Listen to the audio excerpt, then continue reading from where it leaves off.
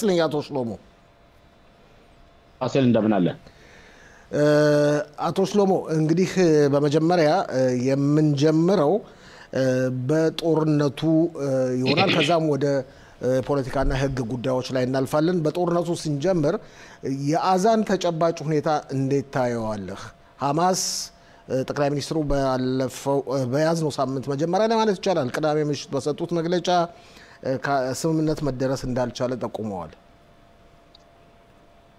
መልስ ከመስጠት በፊት አቶ ፋሲል ከይቅርታ ጋር አንዲት ደቂቃ ላንተ ፍቃድ ልቀበልና በትላንትናው ዕለት አንድ በጣም ሁላችንም የምናከብረው አንተም በቅርብ የምታውቀው ሰውዬ አቶ መንግስቴ ደሞዝ የሚባል ሰውዬ ከማህበረሰባችን ተለይቶናል ራምሌ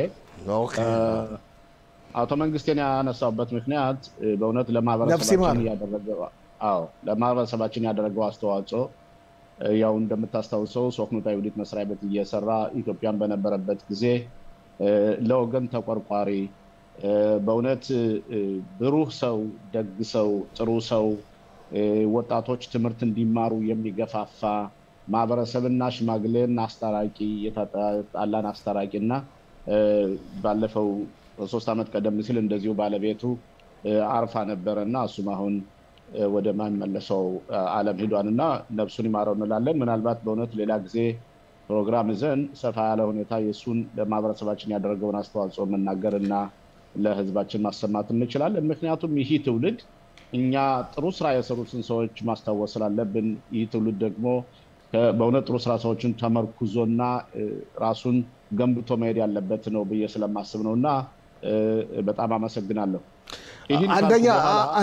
አንደኛ ምንም ችግር የለም በተቻለ መጠን ሰሞኑን ተዘጋጅና የታወቀና ትልቅ ሰው ስለነበር እንግዲህ በተለይ ወጣቱ ትውልድ አንተም ሁሉ ጊዜ የምትለው ነገር አለ ወጣቱ ትውልድ መገንዘብ አለበት መንግስትና ሌሎችን የመሳሰሉ ታጋዮች ባይኖሩ ኖሮ ህብረተሰባችን አሁን ያለበት ደረጃ ላይ አይደርስም ነበር ስለዚህ ምን ጊዜ ማስተዋወስ ያለብን እነዚህ ሰዎች መሰረታችን ናቸውና እና ሰሞኑን ተዘጋጅና ሰፋ ያለ ማብራሪያ ይዘን እንቀርባለን ዳስ ይለኛል በእርግጠኝነት ከኔ ተጨማሪ ደግሞ ከቤተሰቦችን ከልጆችም አንዱን ማቅረብ ይቻላል ግድ የለም እሱ ማዘጋጀት ከቻልክ እኛ በጎ ፈቃደኛ ነን በጎ ፈቃደኛ ነን እሺ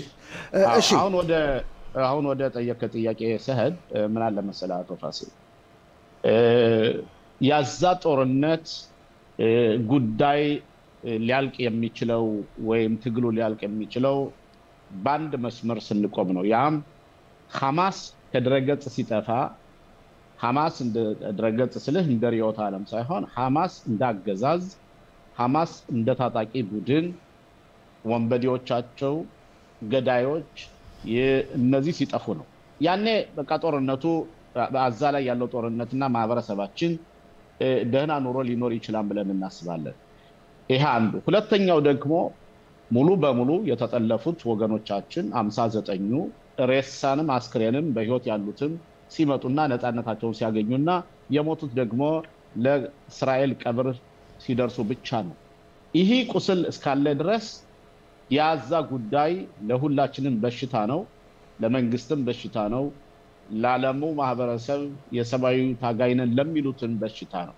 ስለዚህ አሁን እስካሁን ድረስ ሐማስ የኛን ሰዎች እየተጠቀመባቸው ያለው እንደ ኢንሹራንስ አድርጎ ነው በብራይት ምን ለዋለብረ ኸብራት ቢትዋ እነሱን እዞ ሰርቫይቭ ለማድረግ ለመኖር ነው ስለዚህ በርግጥ እኔ አሁን በመናደርገው ፖለቲካው መድረክ የመንግስትን ወቀሳ መስሎ እንዳይታይብኝ እንጂ እነዚህ ነገሮች እንዲፈጸሙ ወይም እንዲተገበሩ መሰራት ያለባቸው ስራዎች በጦርነቱ ከተከፈተ ጊዜ ጀምሮ አለ አንዱ መሆን ያለበት ለምሳሌ ሐማስ እንዲጠፋ ከተፈለገ የኛ ወታደሮች ገብተው ካሸነፉበት ቦታ ያዙትን ቦታ አስተዳዳሪ ወይ የራሳቸው ማህበረሰብ ወይ የኛ ወታደራዊ አገዛዝ ወይም ደግሞ የሲቪል አገዛዝ መመደብ ይኖርበት ነበር ያ ባለመሆኑ ምክንያት እኛ ለምሳሌ የተጠለፉ ሰዎች ይለቀቃሉ ተብሎ ድንጅ በሚደረግበት ጊዜ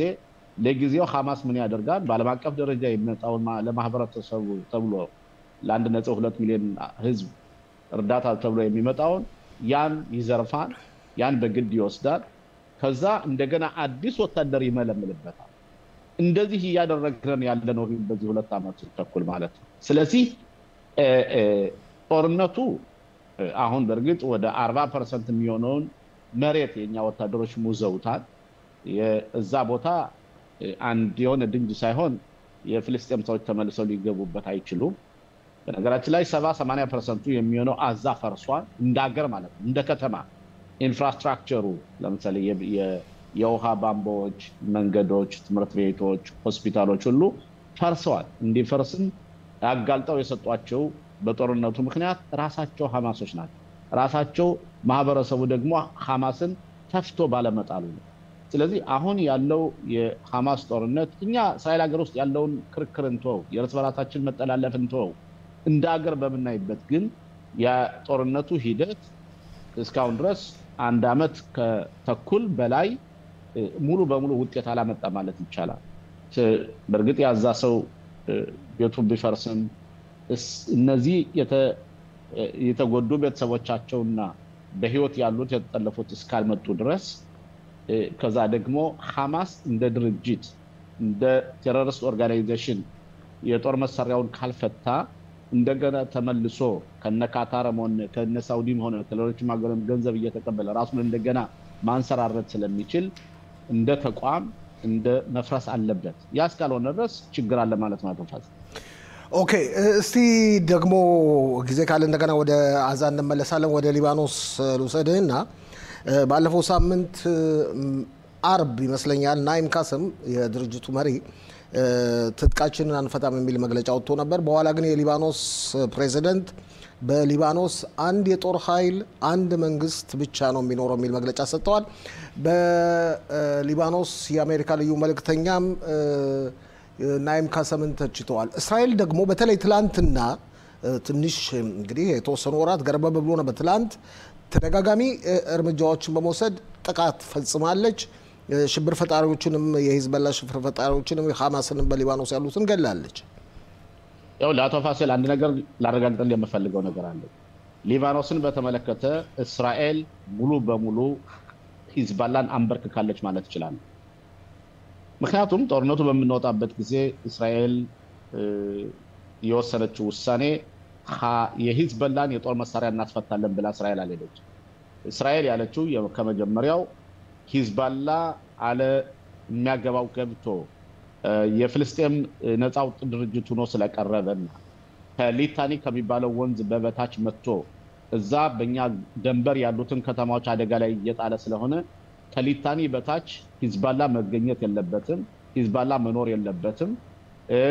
ይህ ድንጅ ደግሞ በ2006 ዓመተ ምህረት የሆነ ድንጅ ስለሆነ በድንጁ መሰረት ሂዝቦላ ስላልተተገበረውና የዓለም አቀፍ የጸጥታ አስከባሪዎች ደግሞ ሂዝቦላን ሊቆጣጠሩ ስላልቻሉ ሊባኖስ ውስጥ የነበረው መንግስት ደካማ መንግስት ስለነበረ ሂዝቦላ እንደፈለገ ናስራላ እንደፈለገ ሲያደርገው የነበረው ያሻንጉሊት መንግስት ስለነበረ መቋቋም አልተቻለም ነበር። አሁን የሆነው እንዴት ነው? እስራኤል ሂዝቦላን ቀጠቀጠች፣ መሪዎቻቸውን በሙሉ አወደመች። 5000 የሚሆኑ ሰዎች ደግሞ ሱሪያቸውን ጣጥቀው ሲሄዱ በእስር ቤት ሬስቶራንት ባሉበት በየቦታው በመት ጊዜ ሰውነታቸው እጃቸው ተቆረጠ፣ አይናቸው ጠፋ፣ ለማዕት ተጋለጡ ማለት ነው። ስለዚህ እስራኤል የሂዝቦላን የሚሊተሪ ቼን ቆርጠዋለች። እስራኤል የሂዝቦላን የፖለቲካ አስተዳዳሪዎች ቆርጠዋለች። እስራኤል ሊባኖስና ኢራን የነበራቸውን የመተሳሰርና በአንድ ሳንባ የመተንፋስ ሁኔታ አቆርጠዋለች። እስራኤል ባደረገችው የጦር እርምጃ ሱሪያ ታንኮታክታ አሳድ ፈርጥጦ ወደ ራሻ ሂዶ ከዛ በኋላ ጁሊያኒ የሚባለው የሱሪያው ተዋጊ ጂሃዲስት ነው፣ የሃይማኖት አክራሪ ነው፣ ግን አዲስ ጃኬት ለብሶ ንጹህ ሰው ነው ብሎ ቀርቧል። እንግዲህ እሱን ቆይተን የምናየው ነው። ይህን ሁሉ እስራኤል ያደረገችው ሂዝቦላን ስለተቀጠቀጠቻቸውና ሂዝቦላና ግብረአበሮቿና የኢራን ረዳቶች እዛ አካባቢ እዛ ቀጠና የነበሩት ስለጠፉ ሊባኖስ እንደገና አንሰራርታ ተነስታ አዲስ ፕሬዝዳንት መርጣ አዲስ ጠቅላይ ሚኒስትር መርጣ ያ ብቻ ሳይሆን ሂዝቦላ የፖለቲካ ጫናው ደክሞ አጠፋ ማለት አይቻልም። ደክሞ አሁን ሂዝቦላ ምን ላደርግ እንዴት ብዬ ልኑር በማለት ላይ ይገኛል። ስለዚህ ሊባኖስ ውስጥ ሂዝቦላ በእስራኤል ባደረገችው አደጋና ጥቃት የፖለቲካ ኪሳራ አጋጥሞታል፣ የኢኮኖሚ ኪሳራ አጋጥሞታል። ስለዚህ የሊባኖስ ህዝብ ደግሞ ብሎ የነፃነት መንፈስ እየተሰማው ነው ያለ። ስለዚህ የናይም ካሰም መናገር ይችላል፣ ማውራት ይችላል። ግን አሁን ናይም ካሰም እንደ በፊቱ ተመልሶ እንደ ሂዝቦላን እንደገና ማቋቋም አይቻልም። ስለዚህ እስራኤል የሊባኖስን ነፃ አውጪ ድርጅት ሆናለች ማለት እችላለሁ። ምክንያቱም እስራኤል ካላት ኢንተረስት ካላት ሰላማዊ ኑሮን በመመርኮዝ ሂዝቦላን ስላደከመችላቸው ዛሬ የተመረጡት አዲስ የሊባኖስ መሪዎች ሊባኖስን ጥሩ ሀገር እንድትሆን እየሞከሩ ነው፣ በግልጽም ይናገራሉ። ስለዚህ እስራኤል እንኳ ከሊባኖስ መንግስት ጋር ካደረገችው ድንጅ ጀምሮ ከዛ በኋላ እንደገና ሂዝቦላ የጦር መሳሪያ ደብቆ ለማስገባት የገንዘብ እርዳታ ለማስመጣት በተለያዩ ቦታዎች ከዛ ደግሞ ፊታቸውን እያስሸፈኑ በጭነት መኪና እያደረጉ ደግሞ ተዋጊዎቻችን ወደኛ ድንበር ለማምጣት በሚሉበት ጊዜ እስራኤል ባላት መረጃ መሰረት በስምምነቱ መሰረት እነዚህን ወንበዴዎች እያጠፋች ትገኛለች። የእስራኤል ፖሊሲ አዲሱ ፖሊሲ አሁን እንደገና ሂዝቦላን እንዲያንሰራራ የማያደርገው ስለሆነ እንደማስበውና እንደምገምተው ከሆነ መጨረሻ ላይ በሊባኖስ ውስጥ አንድ የጦር መሳሪያ መኖር አለበት ብሎ የተወሰነ ዓለም አቀፋዊ ውሳኔ አለ። ያን ውሳኔ የመተግበር አለባቸው። ያ ከሆነ ከኛ ጋርም ሰላም ሊኖሩ ይችላሉ፣ ሊሆንም ይችላል። እስራኤል ሊባኖስን ድንበር መጣስ አትፈልግም። የሊባኖስን ህዝብ እስራኤል መጉዳት አትፈልግም። እስራኤል የምትፈልገው የአካባቢውንና የሀገሯን ደህንነት ብቻ ነው። ያ እስከተጠበቀ ድረስ ልክ እስራኤል ከግብጽ ጋር ሰላም እንዳደረገች፣ ከዮርዳኖስ ጋር ሰላም እንዳደረገች፣ ከባህሬን እና ከአረብ ኤሚሬቶች ጋር፣ ከሱዳን፣ ከሞሮኮ ከነዚህ ሀገር ሁሉ ሰላም እንዳደረገች ከሊባኖስ ጋር ማድረግ ትችላለች። ጥሩ ጎረቤት ልትሆን ትችላለች። ስለዚህ በሊባኖስ ላይ እየተደረገ ያለው የእስራኤል ፖሊሲ በጣም ጥሩና ትክክል ነው። መጨረሻ ላይ ደግሞ የዚያ ውጤት ለኛ ብቻ ለኛ ማህበረሰብ ለሀገራችን ብቻ ሳይሆን ለሊባኖስ ህዝብም የነፃነት አዋጅ ነው ብዬ ነው የማስበው። ኦኬ፣ እስቲ ብዙ ጊዜ ያልተነጋገርነውን ጉዳይ እናንሳ ዛሬ በውይይታችን። የየመን ሁቲዎችን ጉዳይ ያው ብዙ ጊዜ ሆኗል። ያለማቋረጥ ነው ብለው በአሜሪካ በከፍተኛ ሁኔታ እየተደበደቡ ነው። ከዛም አልፎ ተርፎ ተቃዋሚዎቻቸው ከደቡቡ የሀገሪቱ ክፍል በመነሳት ወራ ሊፈጽሙባቸው ነው ይባላል። በአንጻሩ ግን እነሱ ግን መደንፋታቸውን አላቆሙም። እንደውም ዛሬ ባወጡት መግለጫ ኤላትን ደብድበናል፣ አሽቀሎንን ደብድበ ያለውን ያልተፈጠረ ነገር እያወሩ ነው። ያው ምን አለ መሰለ የወተት ዝንቦች አቅማቸው ፕሮፓጋንዳ ነው። ማለትም እነሱ አንድ ሚሳኤል ተኩሰው ካሉበት ነው። በነገራችን ላይ እነሱ ሚሳኤል የፈጠሩት አይደለም፣ ከኢራን የተሰጡትና ከኢራን መመሪያ የተሰጡት ነው። ያ ሚሳኤል ተተኩሶ ልክ የጽዮናዊቱን እስራኤል እየደበደበ ነው እያሉ አሁን ዛሬ ጠዋት መግለጫውን አይቼዋለሁ። በጉንጫቸው ቢገርመኝ እኮ ይገርምሃል ቢገርመኝ መርቅነው ማለት ነው። መርቅነው ጫታቸውን ከጉንጫቸው ይዘው ባዶ እግራቸውን እየሄዱ እንደዚያ እያሉ እኔ አንዳንዴ አቶች ነው ወይ ይገርምሃል። ይኸውልህ ዋና አስተባባሪያችን በዛሬው ዝግጅታችን አቪ ደቡሽ ነው፣ የአሽቀሎን ከተማ ነዋሪ ነው። ከዛ ነው የመጣው። አሽቀሎን ተደብድባለች ዛሬ አልኩት፣ ሳቀ። ገባ የሚያሳየው ምን መሰለ ያላቸው ናራቲቫቸውና ፕሮፓጋንዳቸው ማህበረሰባቸውን መዋሸት ነው። ህዝባቸውን ባይዋሹ ኑሮ ደጋፊያቸውን ባይዋሹ ኑሮማ የፍልስጤም ነፃ አውጪ ድርጅቶች ነው ከመቅረብ በራሳቸው ላይ ጆክ ከማድረግ ወይም ራሳቸው ላይ ከመቀለድ ለራሳቸው ማህበረሰብ ጥሩ ውሃ እንዲጠጣ፣ ኤሌክትሪክ እንዲኖረው፣ ጥሩ ቴክኖሎጂ ትምህርት ቤት እንዲከፈት፣ ዩኒቨርሲቲዎች እንዲከፈቱ፣ ረሃብ እንዳይኖር፣ ችግር እንዳይኖር ይህን ነው ማድረግ የሚገባቸው።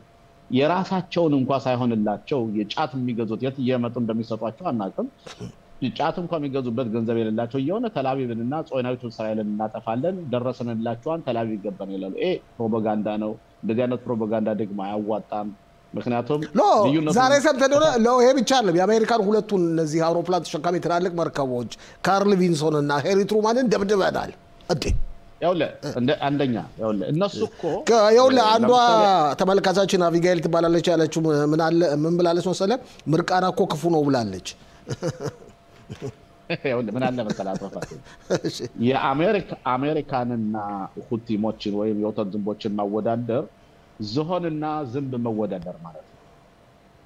ስለዚህ ወይ ጥንቸልና ዝሆን እንበለው ዝንቡ እኮ በጣም ያነሰ ይሆናል። ጥንቸልና ዝሆን ማለት ትክክል እና እንዴት ብሎ ነው እስቲ የአሜሪካን ሀያላን የዓለም መንግስት እነዚህ የወተት ዝንቦች ወይም ሁቲሞች እናሸንፋለን የሚለው? ስለዚህ ፕሮፓጋንዳ ነው። በነገራችን ላይ እየተቀጠቀጡ ነው። እነሱም ያልቅላቸዋል ልንገርህ።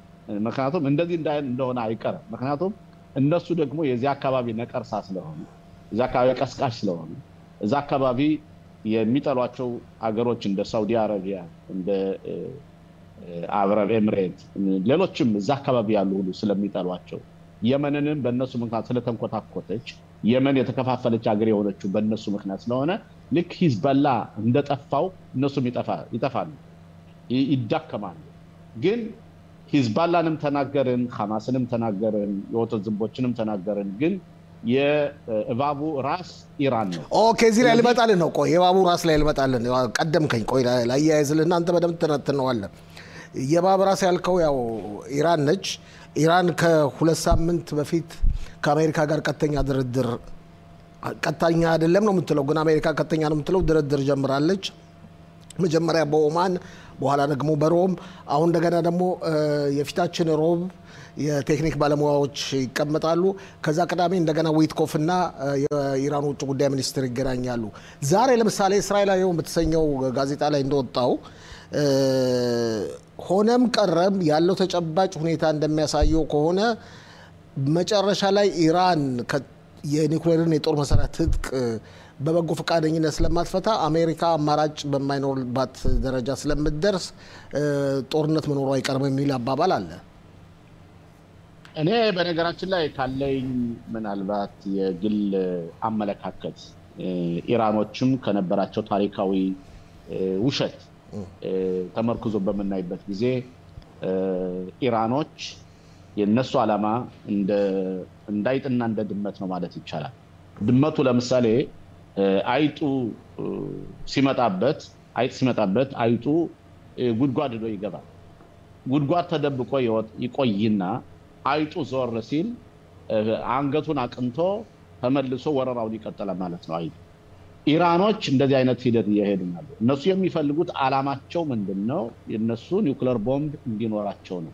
ስለዚህ አሁን ለምሳሌ ያለው የትራምፕ አገዛዝ ወይ መንግስት በእነሱ ላይ ጫና የሚያመጣባቸው ከሆነ ትንሽ ለመደበቅ ያህል እሺ እንደው ግድ የለም ይላሉ። እንደገና ግን ከአካባቢው ያነሰው የዞር ሲል ወይ የሚመለከታቸው ሲሉ እነሱ የኒውክሌር ቦምብ ፕሮግራማቸውን በተለያዩ ቦታዎች በታት ነው እየሰሩ ስለሆነ እንደሚመቱም ስለሚያውቁት በ40 ቦታ ነው የሚባለው እየሰሩ ያሉት። ያንን እነሱ ስራቸው መስራታቸው አይቀጥልም። በእርግጥ እስራኤል በዚህ 20 ዓመት ውስጥ እኔ ክነስት አባል ከነበርኩበት ጊዜ ጀምሮ እስካሁን ድረስ የተለያዩ መነገርና መነገር የማይቻላቸውን ነገሮች እስራኤል በኢራን የኒውክሌር ቦምብ ፕሮግራም ላይ ብዙ ጉዳት አድርሳለች። ያ ጉዳት በመድረሱ ምክንያት ኢንጂነሮቻቸው ሞተዋል። የኒውክሌር ፕሮግራማቸው ተጠልፎ መጥቷል። ሞሳድ አመጥቶታል። ብዙ ነገሮች ሁሉ ተሰርተዋል። በተለያዩ ቦታዎች የነሱ አለቃዎች፣ ሰዎች፣ ስፔሻሊስቶች፣ ባለሙያዎች ሁሉ እየተገደሉ ከዛ ደግሞ የሚሰራበት ቦታ ደግሞ በሳይበር ሁሉ ብዙ ነገር ተሰርቷል። ያ የሆነ ነው እነሱ ውጤታማ ሊሆኑ ያልቻሉት። ቢሆንም እንኳ ኢራኖችን ማመን አይቻልም። ኢራኖችን በጭራሽ እነሱ አሁንም ቢሆን ስምምነት ቢደርግ ከትራምፕ ጋር ስምምነት ቢያደርጉን ስምምነቱን ኢምፕሊመንት አያደርጉትም። እየዋሹ ስራቸውን ይቀጥላሉ። ስለዚህ ያለው አማራጭ ምንም አማራጭ የለም። ልክ እስራኤል ብቻዋን ምንም አይነት እርዳታ ሳታገኝ የኢራንን የኒውክሌር ቦምብ ፕሮግራም እንዳፈረሰችው ምናኸም ቤጊን ነፍሱን ይማረውና ጠቅላይ ሚኒስትር በነበረበት ጊዜ እኛ ከዚህ ሀገር አልነበርንም ኋላ ደግሞ ኤውድ ኦልመርትና ወይዘሮ ጽፊ ሊብኔ የኔክነስ አባል በነበርኩበት ጊዜ የሱሪያውን የኒውክሌር ቦምብ ፕሮግራም አፍርሰውታል ዜሮ ሆኗል እንደገና ደግሞ የሊቢያ የኒውክሌር ቦምብ ፕሮግራም በፈረንሳዮችና በአሜሪካ አማካኝነት እሱ ያው ጋዳፊ ስልጣኑን ሲወድቅ ያ ሁሉ ወድሟል ስለዚህ አሁን ሊሆን የሚችለው ኢራን ላይ ሁለት ነገሮች ናቸው እርምጃ ያለሙ ማህበረሰብ መውሰድ ያለበት አንደኛ አገዛዙ እንዲፈርስ ማድረግ